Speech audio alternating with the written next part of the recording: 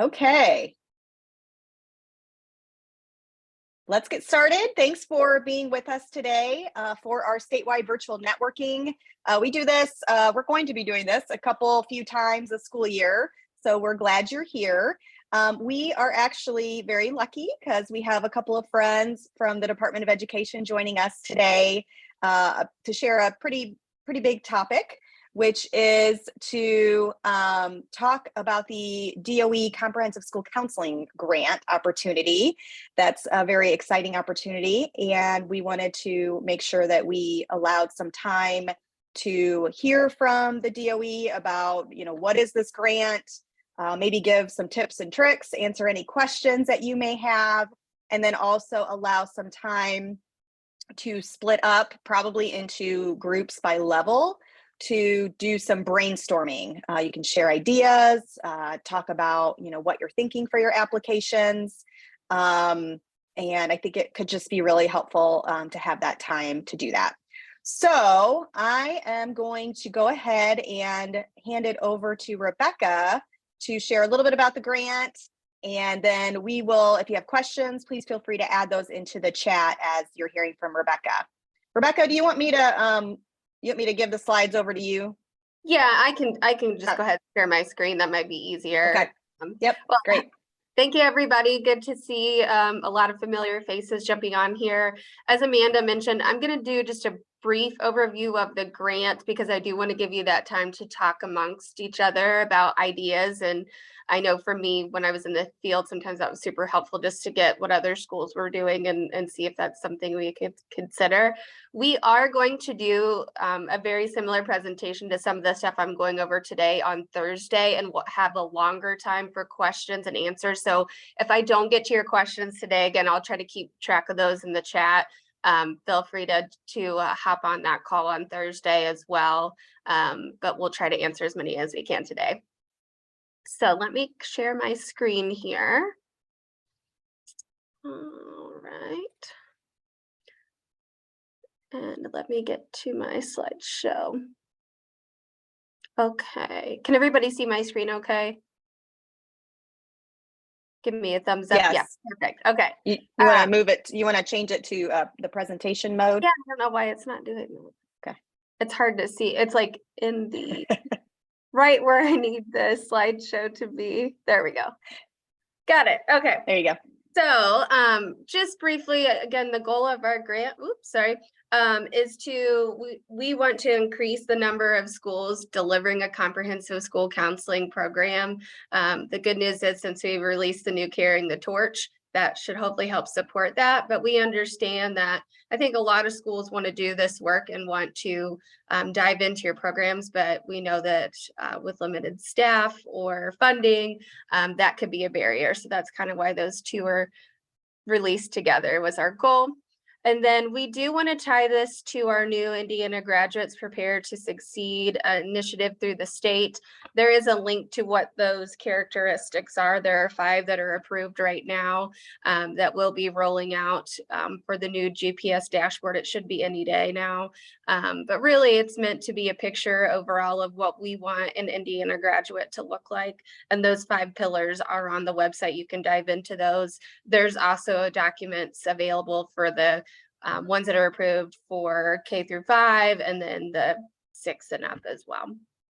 And then lastly, for this grant, we do want to establish a system of progress monitoring to evaluate effectiveness and identify needs for additional local support and guidance as well. So that's the 3 main goals that we were looking at when coming up with the grant opportunity for you. So I am going to skip ahead just a little bit because I just want to focus on this time more about the grant components so that hopefully, and we'll give you some ideas to discuss as a group because we're going to tie in some examples of things that you can do to kind of fill those requirements for the grant. So for the abstract, it is pretty straightforward. We just want a summary of who, why, who's going to benefit, who's going to be involved.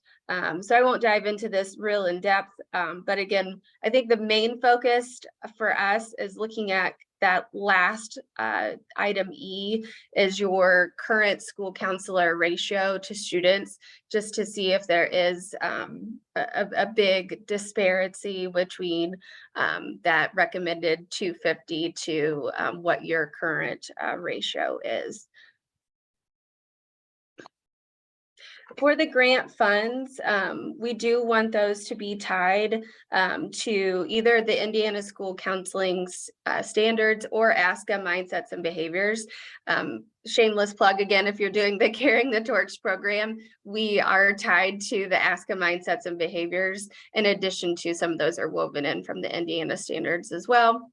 And we do want to promote strategies and activities for middle, elementary, and high school students that develop the potential of every student. So again, that whole child initiative and supporting the relationship between academics, overall student well-being, and college and career readiness as tied back to those GPS standards as well.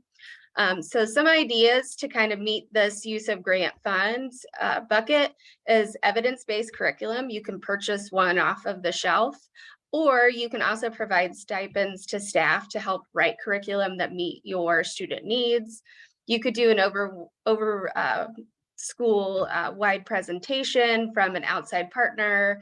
I know I just recently through CIESC, we listened to a presentation from Rachel's Challenge that was tied back to a school shooting and promoting overall, I think, student well-being.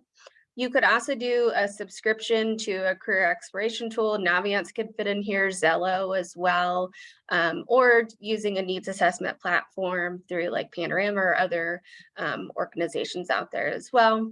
And then lastly, this is the one I think for this grant that we've had a lot of questions about, is that can it be used for adding additional personnel? And yes, that could be either a school counselor, social worker, as long as you're demonstrating that you're going to meet those either student development, overall well-being, or that college and career readiness bucket as well.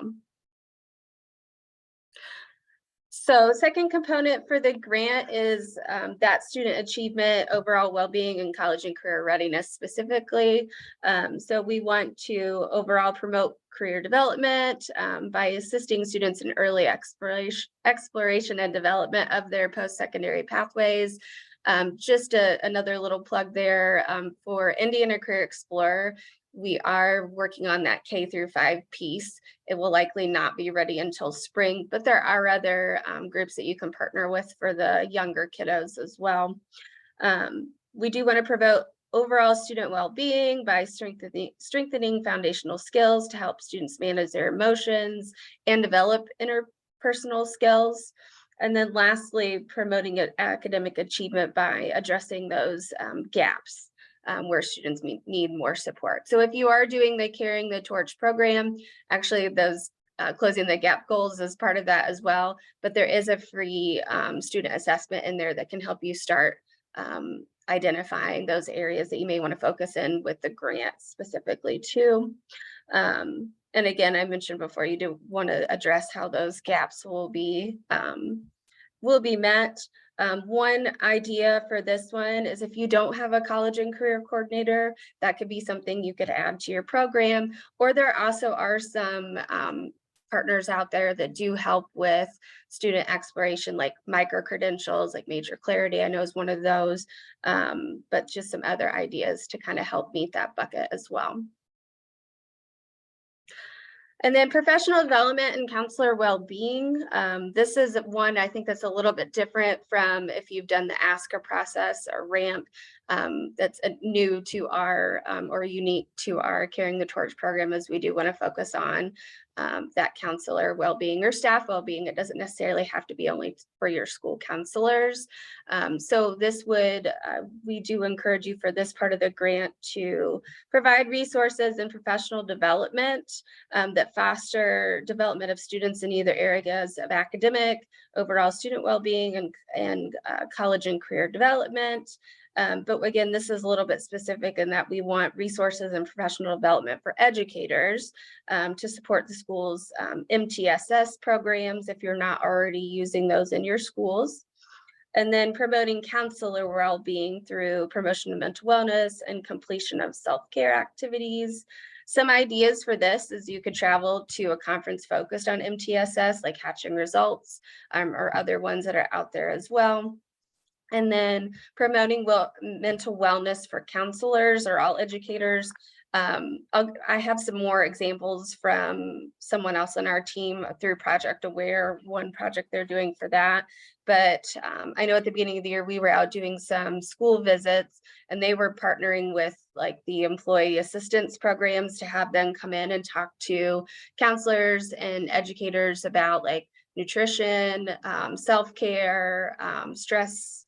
They actually were doing some like yoga activities and things, so it could be something along those lines as well. So along with that, we do have some examples of Parkland and Evansville schools from Mind, Body, and Medicine. If you're on this call, thanks for sharing this with us. But they were training individuals across the state to become mind, body, medicine trainers. So the trainers would hold groups and workshops for the model and self-care after school. And it has been adapted more to the educational setting. Can not only experience transformational experiences, but also learn how to integrate strategies into daily teaching practices with students and educators at the secondary levels. They were actually not only doing it themselves as educators, but using it in the classroom and setting those healthy models for students. So there are also links to our educator wellness toolkit that have more ideas and support as well.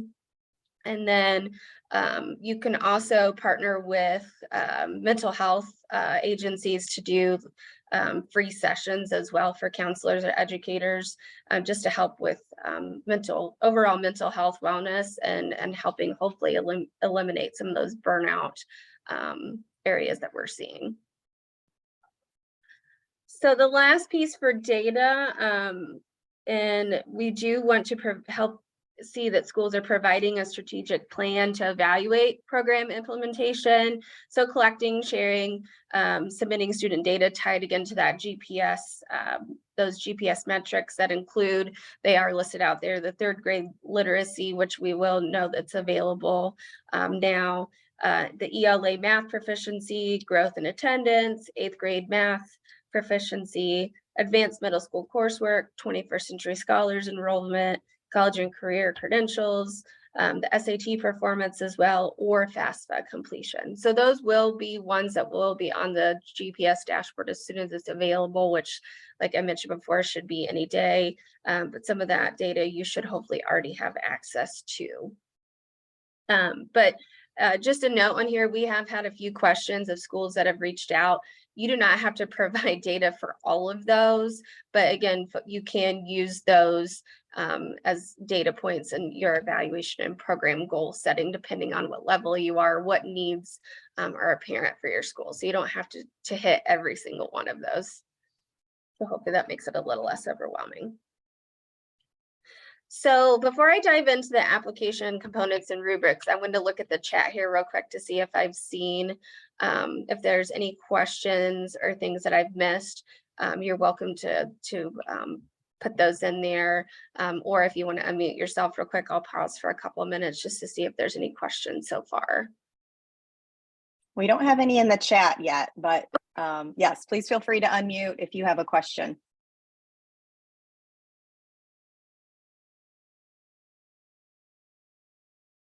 And again, if you think of ones later, feel free to put those in there. I will address those at the end. And like I said, we'll leave a little bit of time at the end, but want to make sure that you have time to talk amongst yourselves and kind of dive into more of that networking and brainstorming. Rebecca, we did have one question regarding the standards you mentioned towards the beginning. Are you looking more for the school counseling program standards or the student standards, or both? Yes. Which specifically do you want addressed, I guess? So it would be for the ASCA mindsets and behavior standards, which are tied to students, and the Indiana ones, which are also tied to students. So it's not necessarily for your program, which, I mean, we want you to have program goals. And if you're doing the carrying the torch, that's a piece of it, but it's more for the grant, it's linked to what student needs. Great question. Thank you. All right, no problem. So I'll go ahead and dive into the application, which some of those we did cover a little bit as we were going through things, but you can see our rubric here, what when we're scoring these, what we're looking for from each kind of section as well.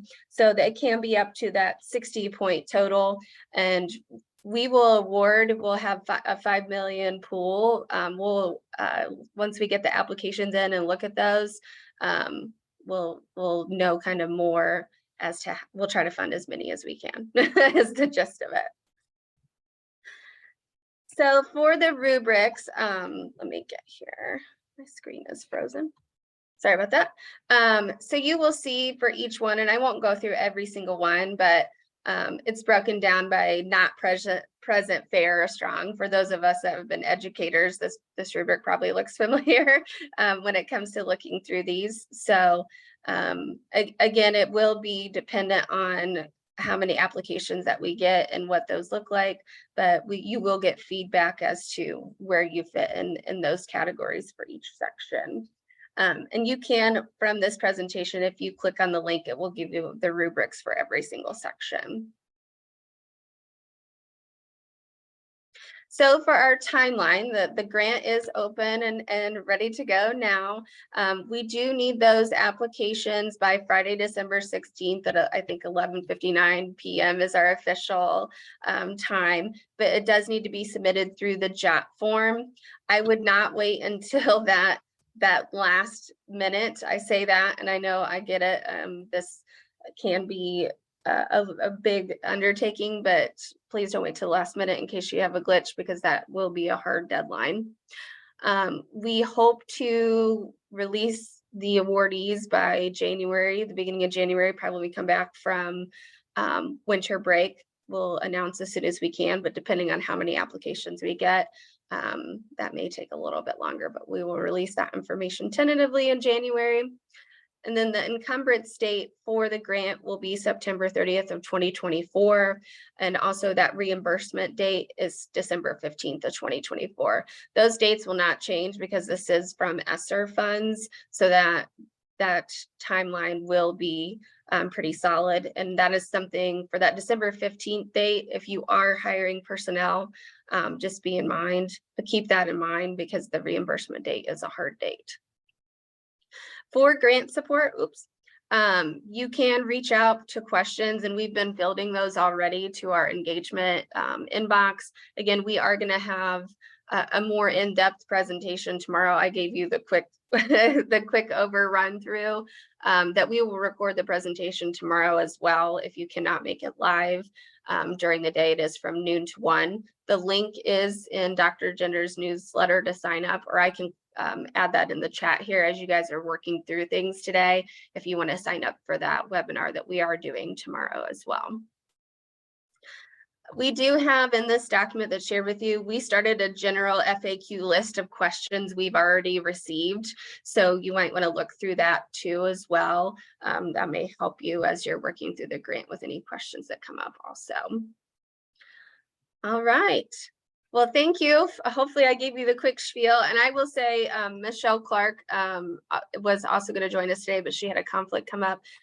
She is definitely more experienced in grants than I am. So if there's questions that come up or things that I can't answer, again, I'm happy to help share those with her as well.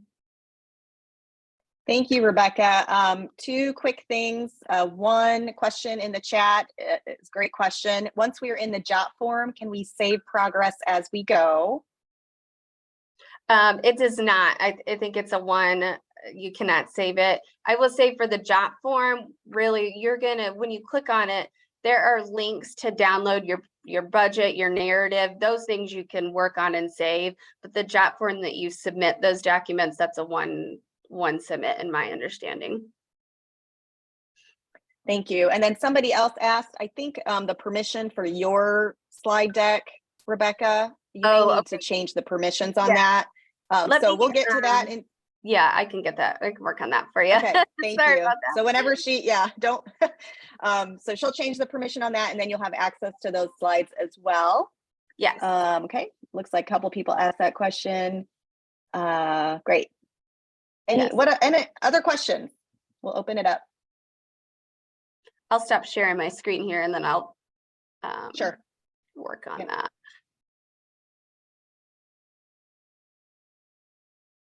There we go. Okay. Somebody asked, can you share the link for tomorrow's webinar? Yes. Yep. I'm going to pull both of those things up here now. Okay. Let me get the slides first and then.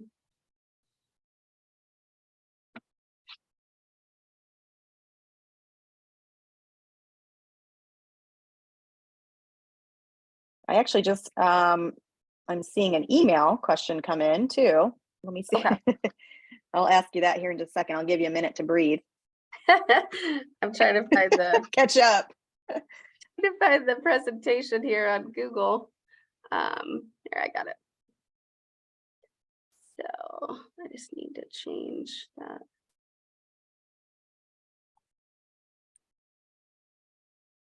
Oh, good. Michelle's in the chat as well now. So Michelle, if you're hearing this, there are a couple of questions in the chat. Okay, the jot form does not save. Michelle, the next question was, is the 5 million, is that the total that all applicants will share? Yes. It is a pool for everybody. We didn't put a cap for each individual one, just because depending on how many people apply, again, like I mentioned before, we want to try to fund as many as possible. One thing to keep in mind though, when you are writing the grant is the student overall student cost per student. So like if you're a big corporation, like a $500,000 may be appropriate, but if you're a smaller corporation, again, it's that we want to see that impact or how much that impact's going to be, if that makes sense. And Michelle might be able to say that a little bit, probably prettier than I did, but oh, that was great. That was great. That makes sense. Yeah, no, I would agree with that. And then I think Laura Robbins just asked if it's an all or nothing. It's hard to say until we see all of the grant applications, like how we're going to fund schools. So I imagine there could be partial funding, but I think that's not like our intention, but I know that they have done that in the past.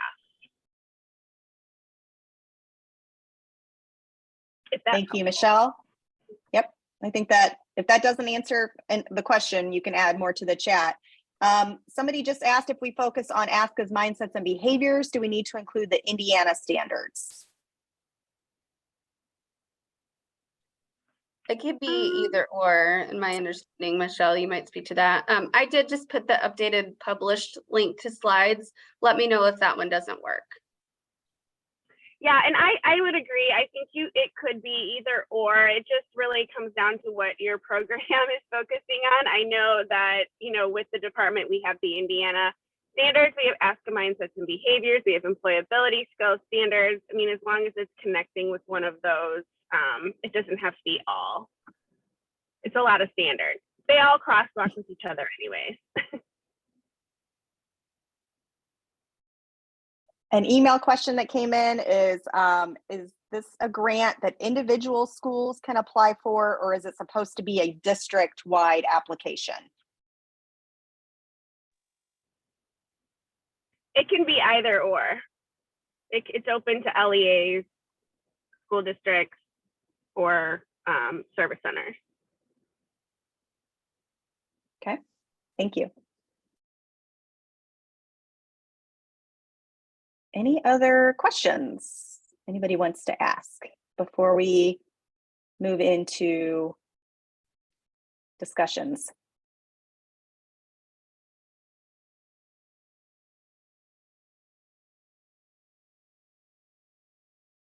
Do we have to include how we will fund the project after the grant is due?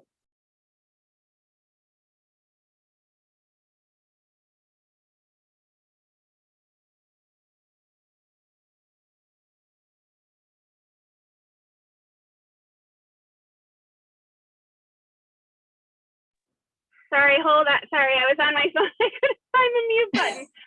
Yes, there is a part that asks for sustainability. So there's a question that asks that. So you would just, but we do want to see, we don't want these funds to be a one and done. So kind of the sustainability would be kind of your buy-in to this work. Thank you. Somebody said the FAQ link needs permission. And then, okay, Rebecca just dropped in the webinar for tomorrow. Will that be recorded? Do you know, Yes. Rebecca? Oh, yep. Yes, Okay. So tomorrow's webinar will also be recorded. and then it'll be on the DOE website once it's available. It takes a little bit after we record to do the closed captioning, and then that will be posted as soon as we can. Perfect. And then I'll work on that FAQ permission as well. Sorry about that.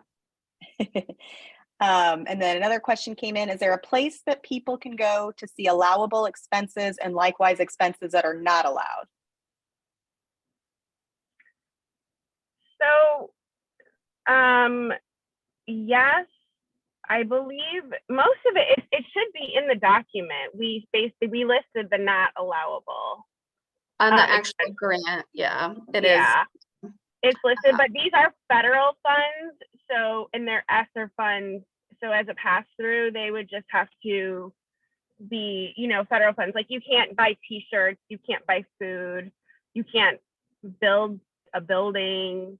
But the list in the budget kind of shows you things that you can purchase for, personnel, supplies. Oh my gosh, I can't think of all the categories off the top of my head, but it tells you kind of exactly what you can fund with those.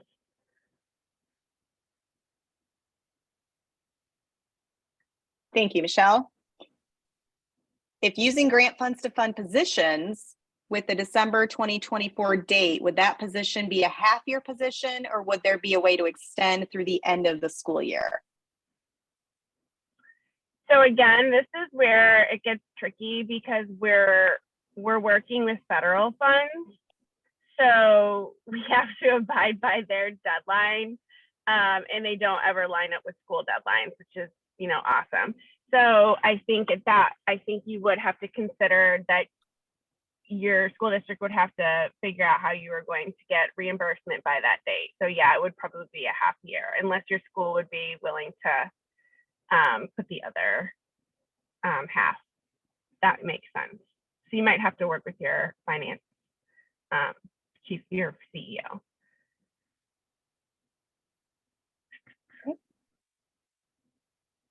Or CFO, whoever does money. Whoever that is. Okay, thank you for that. Stipends for developing curriculum was listed as an option. Would a stipend for after-school activities also be an allowable expense? It should be, yeah, because it would just fall under personnel. Or yeah, it would work.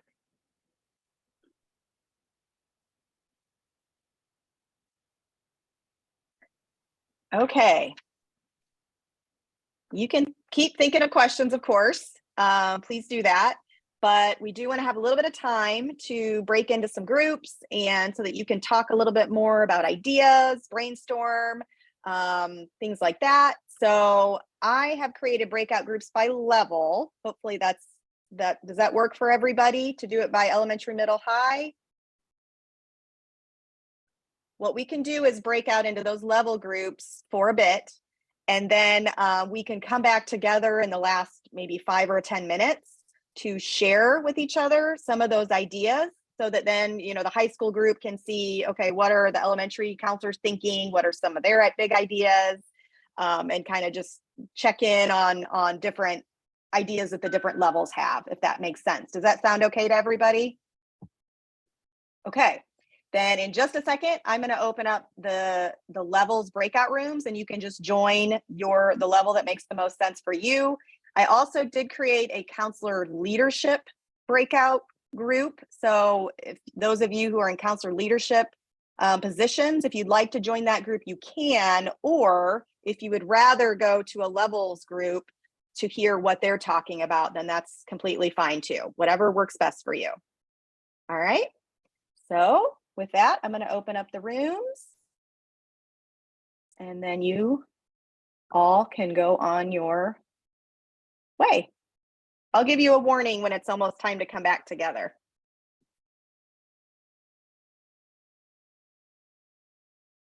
All right, you should see the breakout rooms. Everybody see the breakout rooms? If you don't see them, I think you can go down to your bottom, kind of your bottom bar there, and click on more to find the breakout rooms. And if you don't see that, I can send you to one here in just a minute after most of the people get to their places.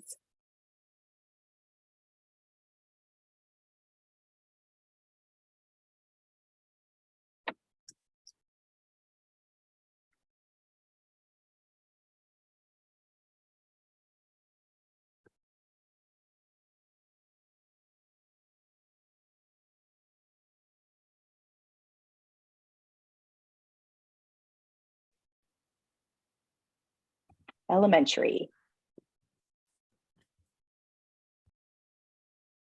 I can talk. We were just sharing ideas of what we were thinking about, and we even decided to share emails so that we can continue to think. But looking at maybe K-12 career options, professional development. We talked a lot about staffing and what that could look like, and how to make it something that is sustainable beyond the grant. And so each of us were kind of sharing what that might look like. And then educator wellness is the one that we're like, that's really important. That is key. And but also it's the thing that we're struggling to come up with ideas for that that will help the crisis that we're in. Great, thank you for sharing. Middle school, somebody from the middle school group want to share? And also, if any, as the next couple groups share, if you have great ideas for the wellness part, maybe you can add something there for the elementary group to consider.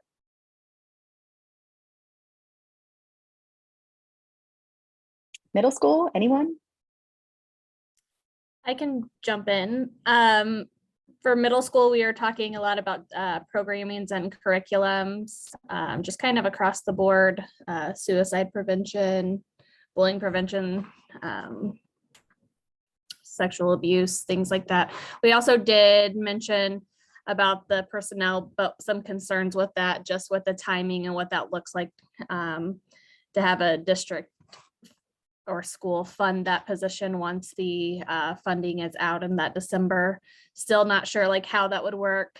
So some questions there, but definitely something that I think we were, each of us were at least had some sort of hope for more information on that. And then again, just programming, additional training, things of that nature is what we were sharing.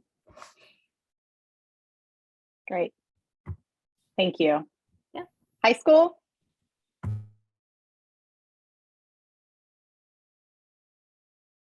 Okay, sorry. In the high school group, we talked a lot about the same kind of things.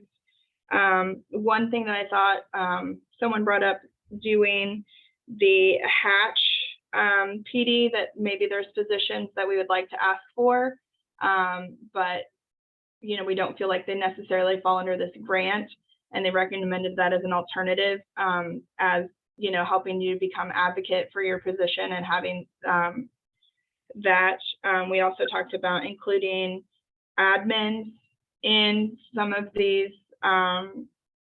going to a conference, like bringing your admin, making that an important part. So it's not just the counselor.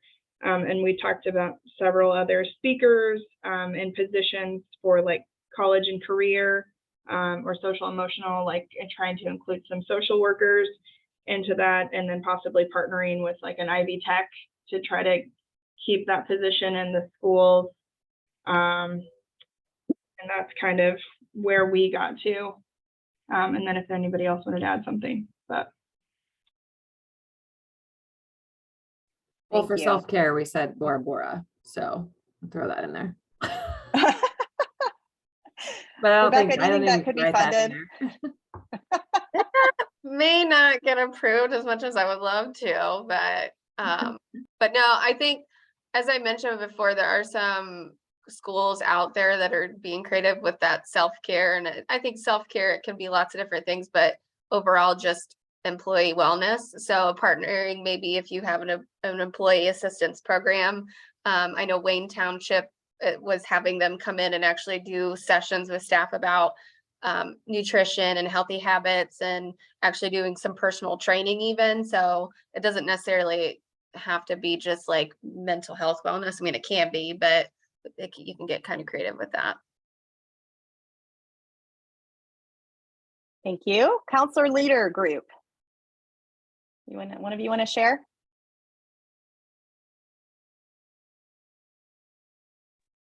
I can share.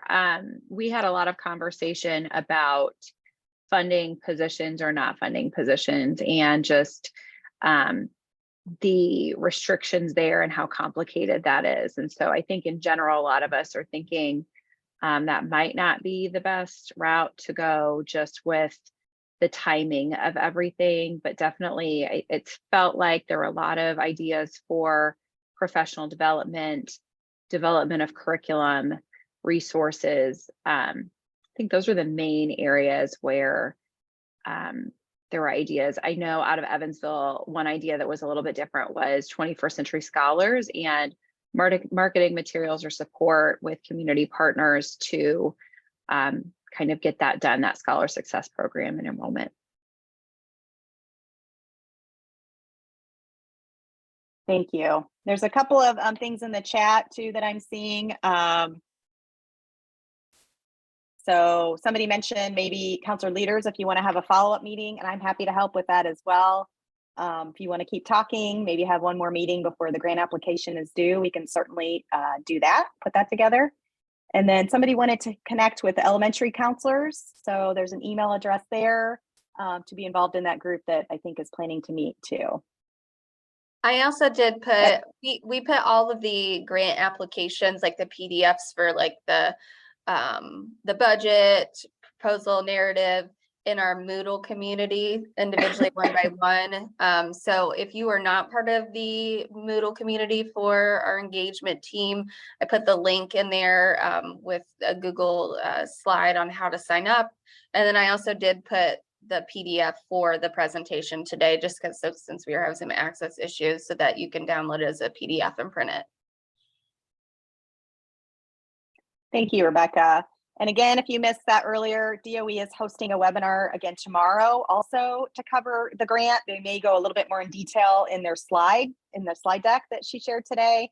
So if you want to join that, it will never hurt to hear this twice, and you may get new information and new questions that are asked during that time. So be sure to check that out. I am going to share my screen here for just 1 second as we close today. Again, here are all the resources that were talked about today. The Moodle link that Rebecca put into the chat has been added to the bottom of this slide, so you'll be able to see that there. Also wanted to mention another grant that the DOE just put out, I think in the last week, maybe, and it's for digital learning, parent and family support. Schools can apply for up to $15,000 for this one. And you can see on the slide, it would cover parent knowledge of educational technology and virtual learning, parent involvement to support blended and virtual learning, and then professional development for parent engagement with digital learning. So if you didn't see this one, check it out. This could be applicable in, I think, many ways to counselors. So take a look. And I did put a link in here for an interest form for professional development support. The Keep Indiana Learning team is thinking about putting together some kind of a plan and professional development that could support your work if you are to apply for this grant. So I will, in just a second here, link the interest form into the chat if you want to respond to that. It's just a few quick questions if you're interested in that as well. And then finally, session evaluation. And if you want to get a PGP point for your attendance during our networking time, I will also link that in here in a second, or you can see the link on the slide as well. And last, certainly not least, Counselor Connect is thinking about also applying for the grant. So if there are ways that we could help support you, if you have any big ideas that you don't think your district or your school could manage, but we could assist with something, reach out to me, let me know. We're open to ideas and would love to support as many districts as possible. So wanted to let you know that as well. With that, we'll go ahead and end our call here in just a few minutes. But if you have any questions, we may be able to stay on a few extra minutes. Thank you, everybody, for coming, and hope to see some of you tomorrow as well. Reach out if you do need support to our engagement box, and we're happy to help answer those questions.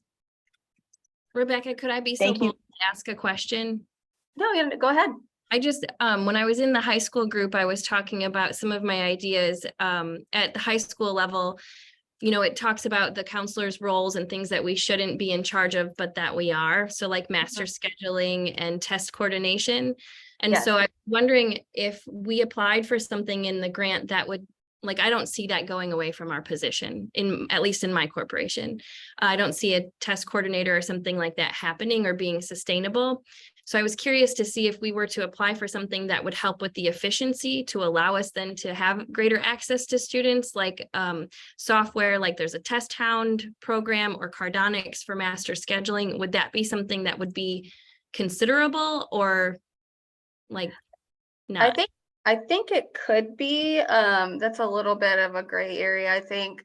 But I think, like you said, if you tie it back to, it allows you to be able to meet more of that 80% direct student support.